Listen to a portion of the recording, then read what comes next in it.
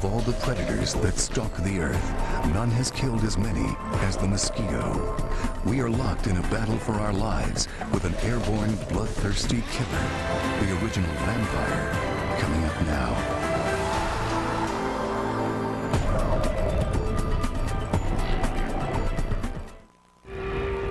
As long as people have walked the earth, there have been mosquitoes here to plague us. In fact, they've been around and biting for more than 50 million years. Today, they carry more than 100 diseases, many fatal, all transmitted through their simple bite. Researchers hope that by studying the life and behavior of the mosquito, they can devise better strategies for dealing with it. Perhaps the best place in the world to learn about this insect is a site with more mosquitoes per square foot than anywhere else on the planet. The perfect breeding spot. The Florida Everglades. It's summertime, hot and humid, the height of insect season. The mosquitoes are out in force. Ecologist Phil Lunabus and control expert Alan Curtis are in the thick of their research. We're on the Coastal Prairie Trail in Flamingo, probably the highest populations of mosquitoes anywhere in the world. We're experiencing something about a 500 a minute landing rate, and being here for several minutes, we're probably going to blood feed 5,000 or 6,000 mosquitoes in a very short period of time. They're baring their legs to the salt marsh mosquito, an insect which doesn't carry human disease, but is known for its fierce bite and for being a major pest. For 20 years, Curtis has been collecting mosquitoes in the Everglades for his research. Lunabus's interest lies in studying their habitat. The Everglades aren't the only place Curtis and Lunabus search for mosquitoes. These highly adaptable insects take advantage of almost any environment, particularly those made by humans. On nearly 1 million acres in Florida, farmers aren't just raising grapefruits and oranges. If you were trying to design a habitat for a mosquito, you couldn't do any better than designing a citrus grove. The problem here is the water table is so high that they had to protect the trees, and that's why we put trees up on beds. And the furrow in the middle is where the rainwater collects, and this was a perfect man-made habitat. We found that from a single flooding of a citrus grove, it'll produce 47 pounds of mosquitoes per acre. And that equates to something like 1 billion mosquitoes per acre. Whether in natural ecosystems or man-made environments, mosquitoes thrive in every corner of the earth. From the jungles of the Amazon to the Louisiana bayous, across the plains and mountains of every continent except Antarctica.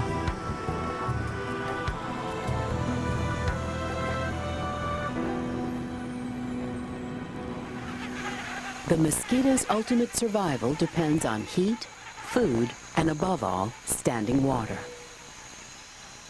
Find water, and you'll most likely find the mosquito, reproducing and evolving. In fact, there are 3,500 different species of mosquito, with about 20 more being discovered every year. Some are black and white striped, others golden brown. Their length can range from less than 1/10 of an inch to 3/4 of an inch. Not all carry disease. In fact, only 10% do. But all mosquitoes are members of the fly family and share key characteristics. A single pair of wings and 6 spindly legs make this stealthy stalker highly mobile. The mosquito lands gently, often imperceptibly, and escapes by lifting upwards in almost any direction. Covered in iridescent scales, its wings beat up to 600 times a second. That's 10 times as fast as a hummingbird, giving the mosquito its distinctive buzz. On the hunt, it flies in a zigzag pattern. Little bursts of acceleration over short distances. Top speed for a mosquito is just 1/2 mile an hour. While most stay close to home, Some fly as far as 15 miles over the course of their lifetime. On average, that lifetime lasts only about a week. All mosquitoes feed on one thing for sustenance, the sugar-rich nectar of plants.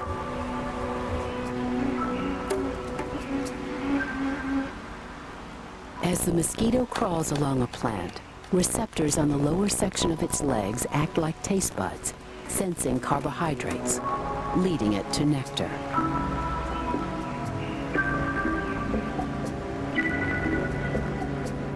But the mosquito also seeks another kind of meal: blood.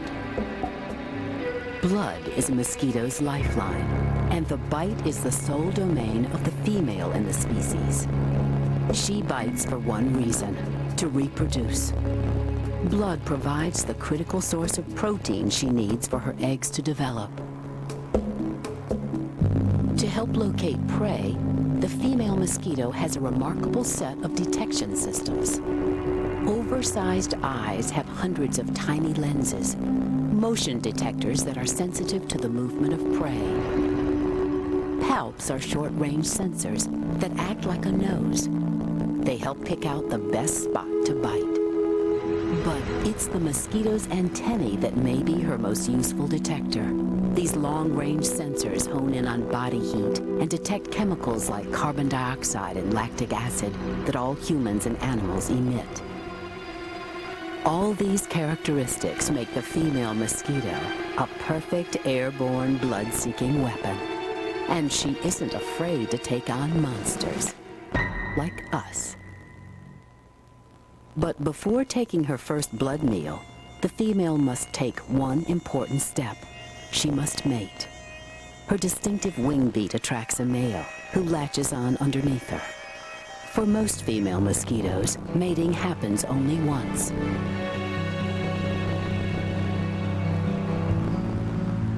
It may only take a few seconds, but she'll store enough sperm to fertilize 1 to 10 batches of eggs that she will lay in her short life, adding as many as 2,000 new mosquitoes to the planet. With mating complete, the female begins her hunt.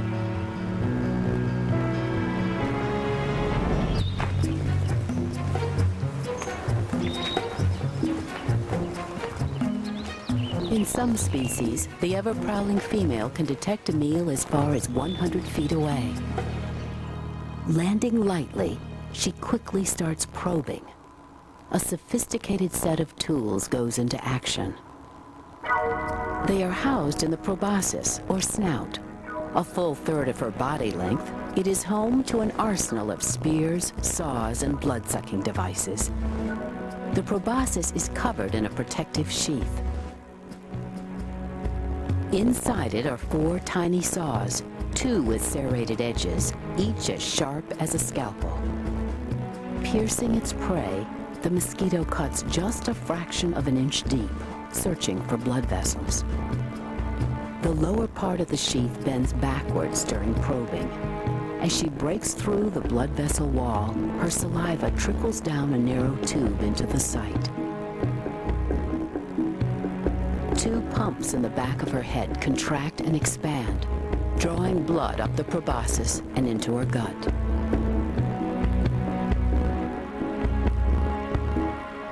This engineering feat pays off with a mere 10,000th of an ounce of blood, but the female continues to drink as much as she can. Even while feeding, she expels unneeded water by releasing tiny droplets to make room for more protein. It's all done so lightly and quickly that we cannot even feel it at the time.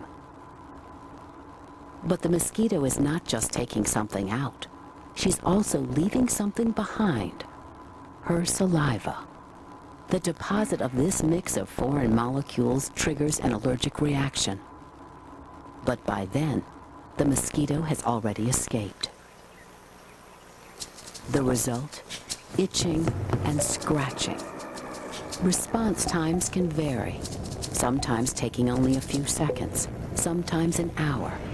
But that tiny bump can torment for days. 1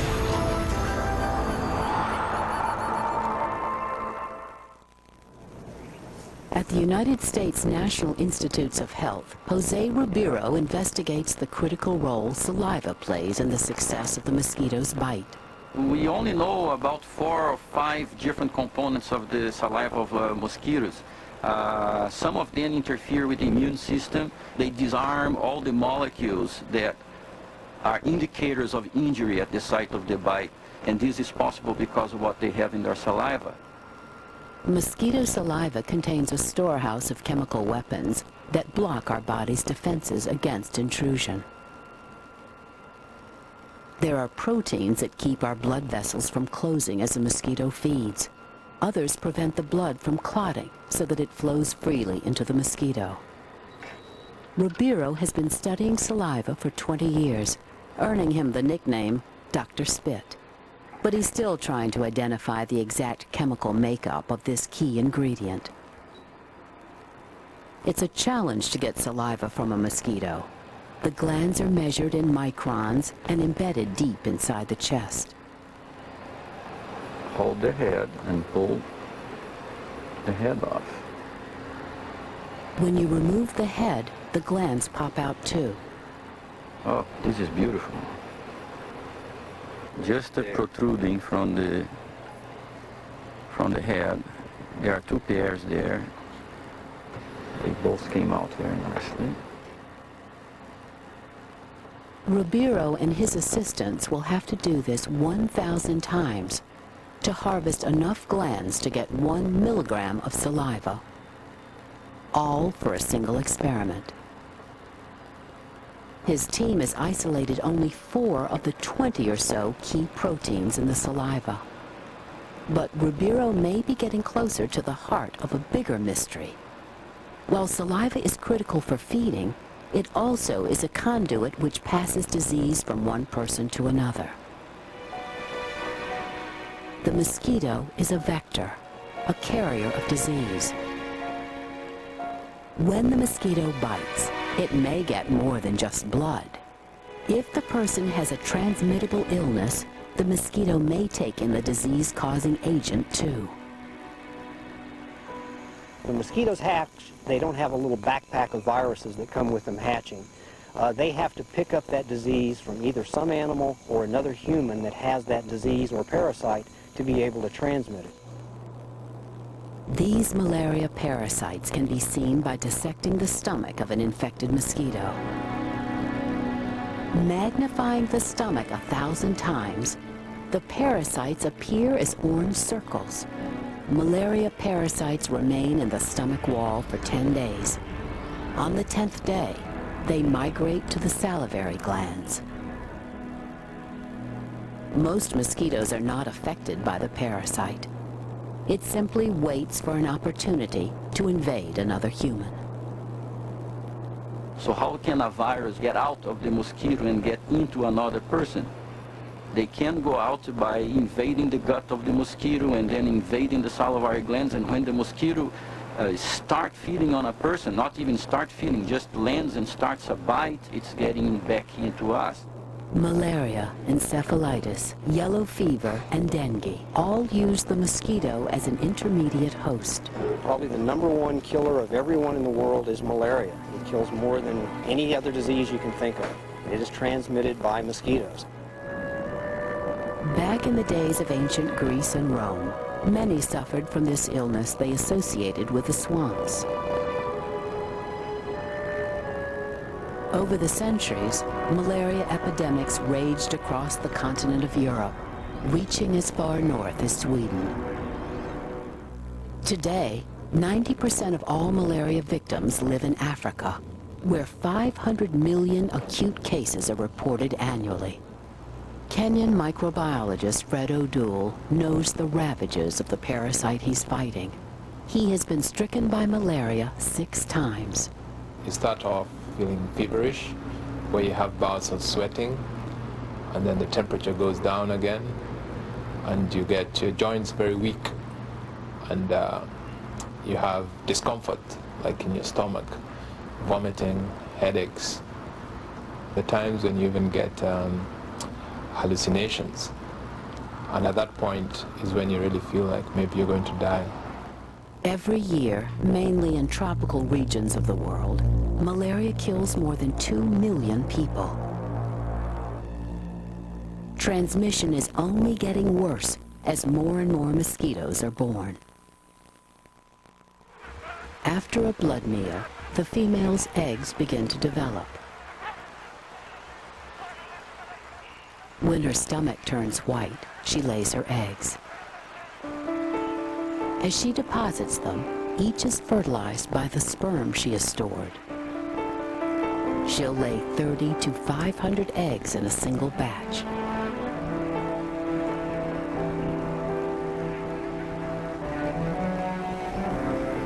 Different species have different strategies for egg laying, but all of them depend on water to complete the process. Some lay their eggs one at a time in different sites just above the water's edge. Others, like the Mansonia mosquito, lay their eggs clumped together under the water. In tropical regions throughout the world, the Mansonia makes its home in the water lettuce plant. Putting her abdomen beneath the water's surface, she deposits a series of eggs on the underside of the leaf.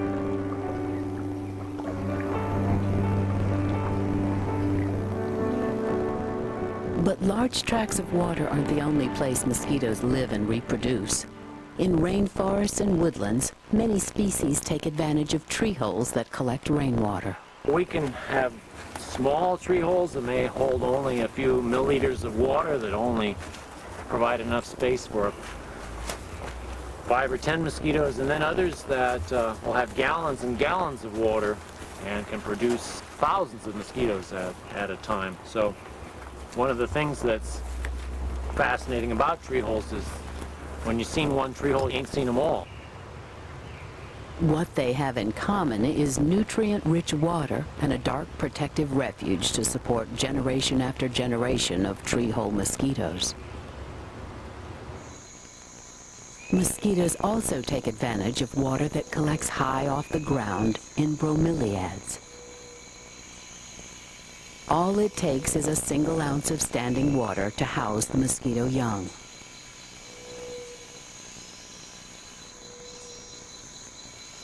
Many species of mosquito, even lethal varieties, have adapted to an artificial type of tree hole.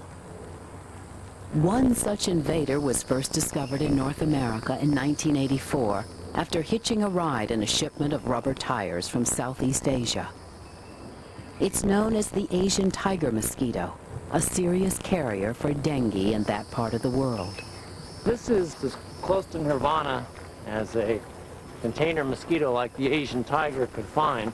These rubber tires, which fill up with water, are perhaps the best of all the containers in a junkyard like this, but use radiators, hubcaps, you name it, whatever will hold water here after rain, we'll find mosquitoes in it. In North America, the Asian tiger does not carry disease, but at the rate it's breeding and contacting humans, scientists believe one day it will. Wherever the eggs are laid, tree holes, potholes, or rubber tires, the growth process for all mosquitoes is the same. In just 1 hour, the outer shell of each egg hardens and darkens.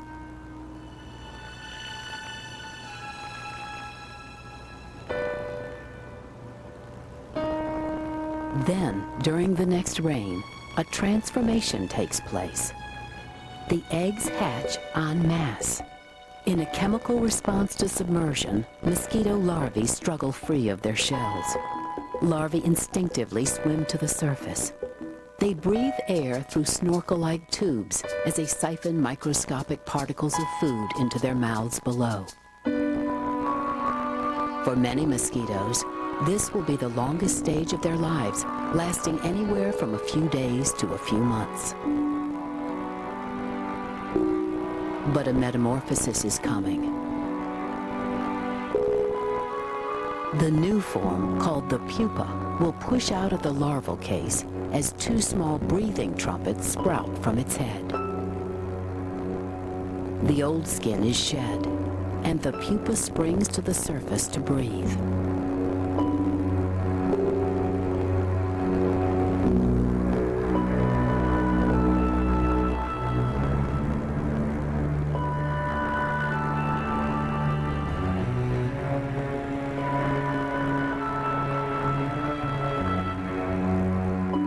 For 2 to 3 days, the pupa seems inactive. It doesn't eat. In fact, it doesn't even appear to move. But inside the case, the pupa is using all its energy to become a different organism.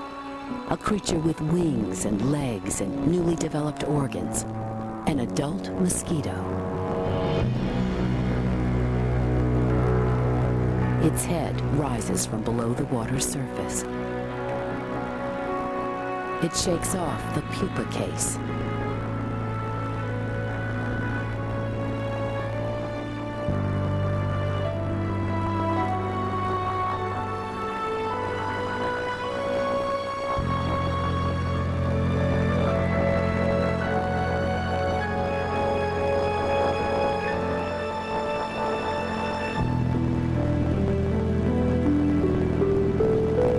About 10 minutes later, it has emerged, finally free of its underwater realm. A wobbly but fully formed mosquito. For its first act, it walks on water.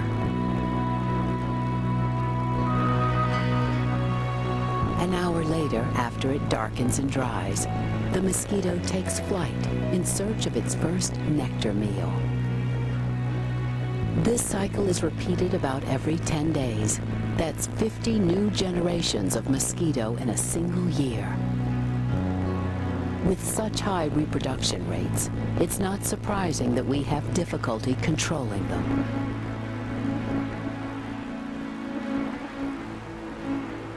The war against the mosquito was often led by real military forces and has been marked by a series of victories and defeats. One key win came about during the construction of the Panama Canal. The French began the project in 1881, and right from the start, a yellow fever outbreak took the lives of many workers. Within 8 years, the workforce was so decimated that France was forced to abandon the project, surrendering to the disease that had claimed more than 20,000 lives. A decade later, Americans faced the same deadly threat. But a team of scientists made a breakthrough discovery at the end of the 19th century. Yellow fever was spread by Aedes aegypti, a mosquito which bred in standing water near people's homes. One scientist was Major William Gorgas. He led the U.S. effort to get rid of yellow fever by eliminating the mosquito's breeding sites. His teams drained ditches and emptied water-filled containers. With the disease in check, construction of the canal moved forward and was completed in 1914. While the battle against the yellow fever mosquito was successful, there were many other species with diseases yet to be fought. During World War II in Asia and the South Pacific, soldiers ran the risk of more than enemy bullets as malaria took thousands of lives. Training films used humor to put soldiers on guard against the invisible enemy.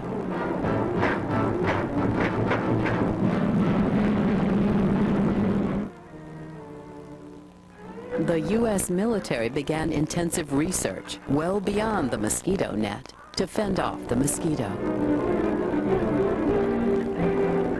They discovered a repellent called DEET, diethyltoluamide. Soon after World War II, it found its way into commercial use. Now you can end the irritating misery of mosquito bites with OFF insect repellent. OFF means... Today, people spend millions of dollars each year to keep the female mosquito at bay. While repellents are effective, research continues. At the Walter Reed Army Institute for Research in Washington, D.C., scientists are worried that some malaria mosquitoes are no longer repelled by the DEET compound. Using human blood for testing, the search continues for a better and even longer-lasting defender. Initially, each pool of blood is coated with a different concentration of the compound being tested. The blood pools are then exposed to hungry female mosquitoes. Repellents work by confusing or disrupting the mosquito's chemical detection system, effectively blinding them to the presence of a blood meal. By observing which concentration of repellent works best, researchers will determine whether the chemical is a breakthrough or a bust. If the repellent is successful, it will advance to the final stage of testing. Major Mustafa Dubone, chief of the Institute's repellent research, demonstrates the process. This is the current standard military repellent we use in the system. The 30% DEET active ingredient. One arm is treated with repellent, the other is not. Small plastic boxes full of hungry mosquitoes are strapped to the major's arms. When the covers are opened, the mosquitoes are face to face with their potential blood meal. On the arm with repellent, the mosquitoes are not biting. The mosquitoes right now, they're trying to move away from the repellents, the vapor that's coming out. They're trying to get away from it. And that's what's going on when you see it right there in the box, in the cage. As opposed to the one that were here.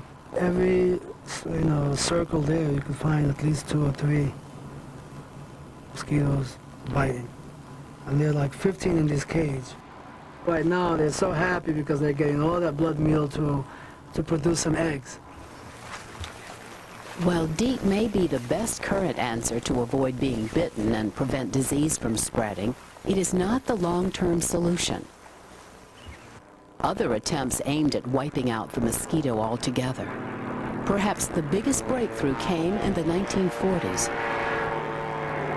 It was a chemical, dichlorodiphenyl trichloroethane, DDT. First tested in World War II, this insecticide became the atomic bomb in the battle against bugs. For decades, its use was widespread, from Europe to Latin America.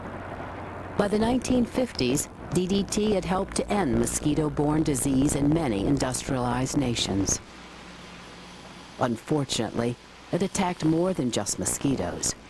DDT entered the food chain, causing harm to birds of prey and other animals, threatening some with extinction. To make matters worse, some mosquitoes fought back by adapting to their chemical killer. New chemicals were created, but again and again, the mosquito would rebound. The tide began to turn in the 1950s and continues in modern society. The shift was based on a simple lifestyle change. We don't live outside. We have screened houses. We have air conditioning. Perhaps we barbecue once a week, but much of the week we're sitting in our offices. The whole equation has been tilted away from the probability of transmission. The U.S. Center for Disease Control in Atlanta has sent a team to the Caribbean island of Puerto Rico to monitor outbreaks of dengue fever. In Puerto Rico, as in many tropical regions where an ocean breeze is welcome, air conditioning and window screens aren't common, so the mosquito has easy access to human prey. It breeds in their backyards, rests in their homes, and feeds on their flesh. CDC entomologist Paul Reiter and his research colleague Manuel Amador have devised an experiment for tracking the mosquito in an effort to understand how it spreads disease. They start with a homemade mosquito buster, house by house, room by room. What it does give us is an idea of the number of adult mosquitoes that there are per person per house. And as I say, we have also done studies in which we've looked for virus in these mosquitoes, and so we get an idea of what proportion of the mosquito population is actually carrying virus. Back at the lab, Amador carefully transfers the captured females.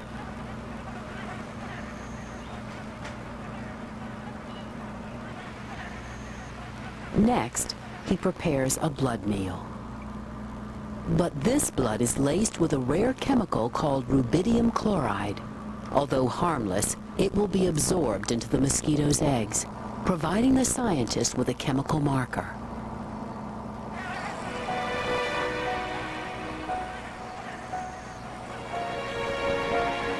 After they've finished feeding, the mosquitoes will be released back into the neighborhood where they were collected.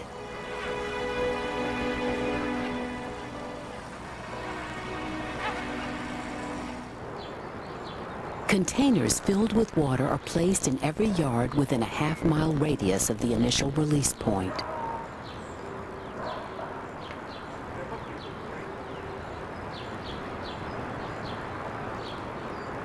The chemically marked mosquitoes will travel in search of egg-laying sites, depositing eggs one at a time in many different places, including the containers.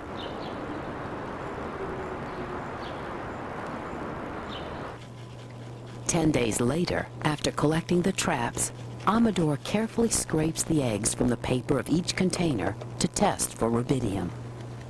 The eggs are mixed into a solution and burned in a chromatogram, which determines the presence of particular elements by the color of the flame. The peak on this screen indicates that rubidium is present in the eggs. In just over 10 days, the mosquitoes spread throughout this San Juan neighborhood, depositing eggs, traveling much farther, and biting more often than anyone had suspected. The general assumption when we began this work was that the mosquito didn't travel more than 50 yards in its entire lifetime. What we have found in our work is that the mosquito may range over a square mile or so. To us, this is quite surprising. Not so much the distance, because these insects are very well equipped to fly distances, but because the mosquitoes disperse in all directions. If a mosquito is looking to lay her eggs and is carrying virus, then she's spreading the virus to many people. There was no telling where she'd get to. It's no wonder mosquito-borne epidemics spread so quickly. In fact, dengue fever has reached epidemic proportions in Puerto Rico, roughly 20,000 cases each year. Even Ryder himself has felt its pain. It's a horrible disease. You have terrible aches and pains. Of course, everybody has a different set of symptoms, but most generally there's high fever. In my case, the fever lasted for 8 days. You can't imagine what it's like unless you have it. Ryder knows that dengue fever can threaten almost every backyard in San Juan. Standing water is all the dengue mosquito needs. Anything that accumulates water in a container, whether it's a bottle or a bucket or maybe a child's toy, anything that will accumulate water and maybe a little bit of leaf material to provide nutrition is an attractive artificial tree hole for the female Aedes aegypti. Fumigation is the typical defense tactic in Puerto Rico, but insecticides rarely reach the adult female mosquitoes, who are usually resting indoors. People have been conditioned for so many years that the response to dengue cases is fumigation that they feel that that is the answer. Unfortunately, it's not. The simple answer is to get rid of the breeding sites. But unfortunately, it's not that easy to persuade people to do that. In southern Florida, mosquitoes are no longer a major carrier of disease, but they continue to be a serious pest. Control teams are using a technique known as impoundment to help. All of these salt marshes, there's an earthen dike that's put around the outside of the salt marsh, and in the wintertime we let the marsh go dry, and then in the summertime we fill it up with water, only to a certain level, and what that does is it denies the female salt marsh mosquito a place to lay her eggs. It's a very effective physical method. It does not impact the marshes severely, and it really limits the amount of pesticides that we actually have to use. Where impoundment isn't possible, Curtis sends out a team with a new biological weapon. Spray guns, loaded with a synthetic hormone, attack the mosquito in the larval stage. Larger areas are treated by airplanes which drop corn kernels laced with a lethal bacterium. One of the materials that we use is a juvenile hormone that interrupts the developmental cycle of mosquitoes, and it's very specific for mosquitoes. All insects, as they're growing up, have a whole set of hormones that they use to trigger them to go into a next stage. And the material that we're using tricks them, and it makes them think that they're teenagers for pretty much all their life. It is overloaded with this juvenile hormone, and when it pupates, it stays in the pupal stage and then never develops any further than that. Very, very effective material. It's very safe. It's one of the few materials that you can actually put into potable water around the world, and it can be consumed by humans. In all of these control methods, speed is critical. We only have about a 3-day window from when the egg hatches until we hit the pupal stage. We're very much like a fire department. We may sit around and not have a lot to do for a few days, but then when we get a rain or a high tide that comes into a salt marsh like this, the field crew has to really work fast. If an outbreak does occur and adult mosquitoes invade neighborhoods, then a last resort comes into play: spraying with insecticide.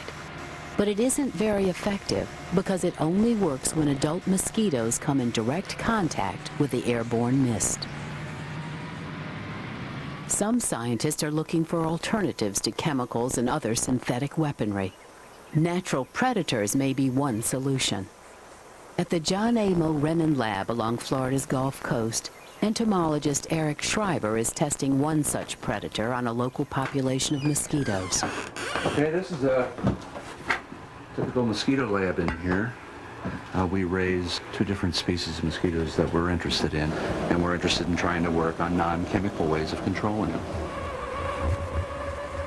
They're also raising a microscopic predatory creature that eats mosquito larvae.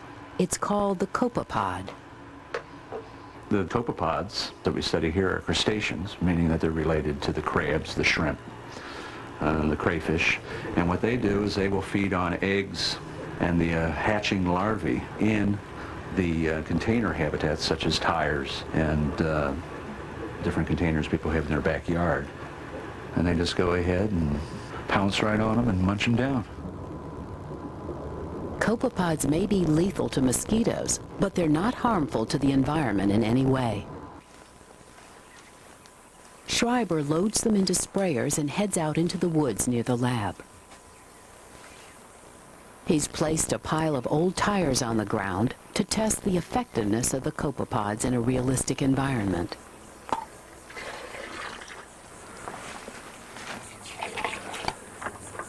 So you put the material inside these containers, the copepods in it, they'll eat the developing larvae. As you can see, if I just disturb some of these tires right now, there's quite a few mosquitoes actually flying around.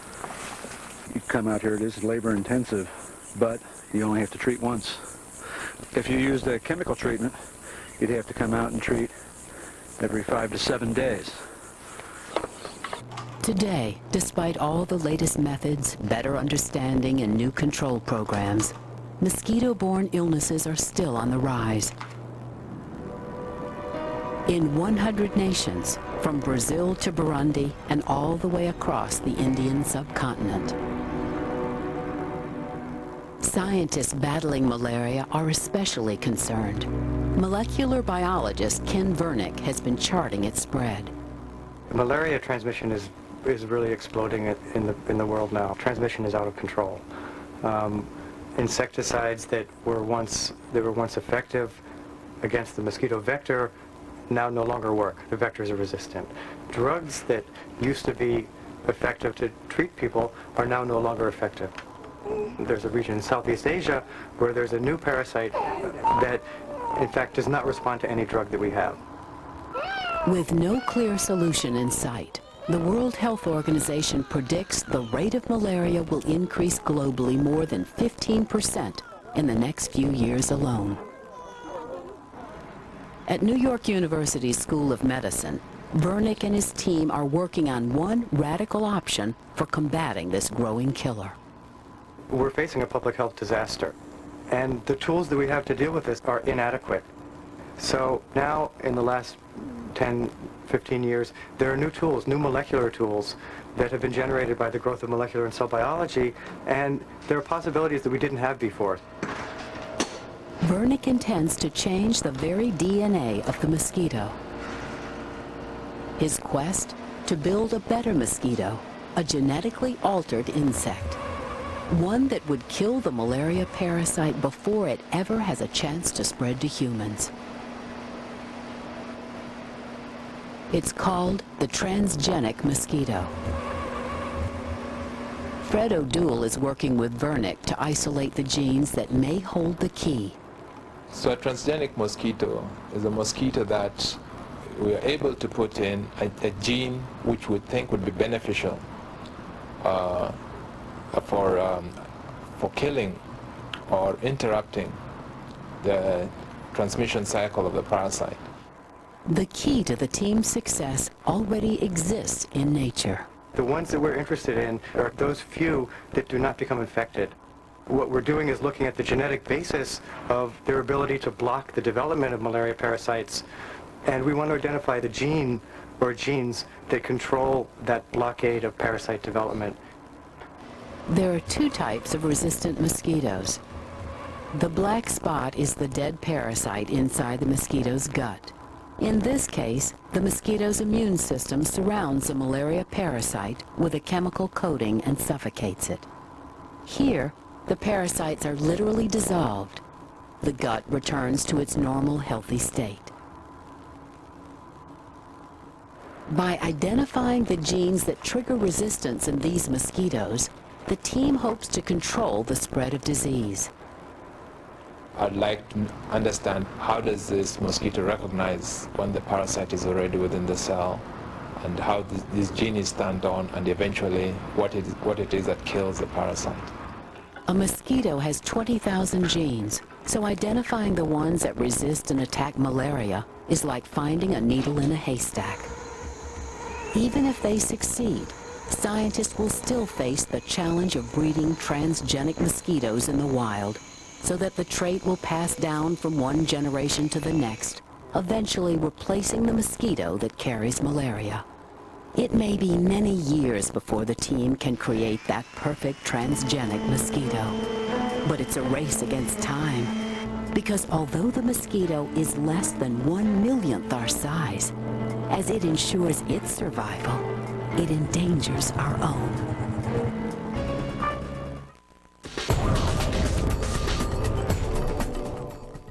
Coming up next,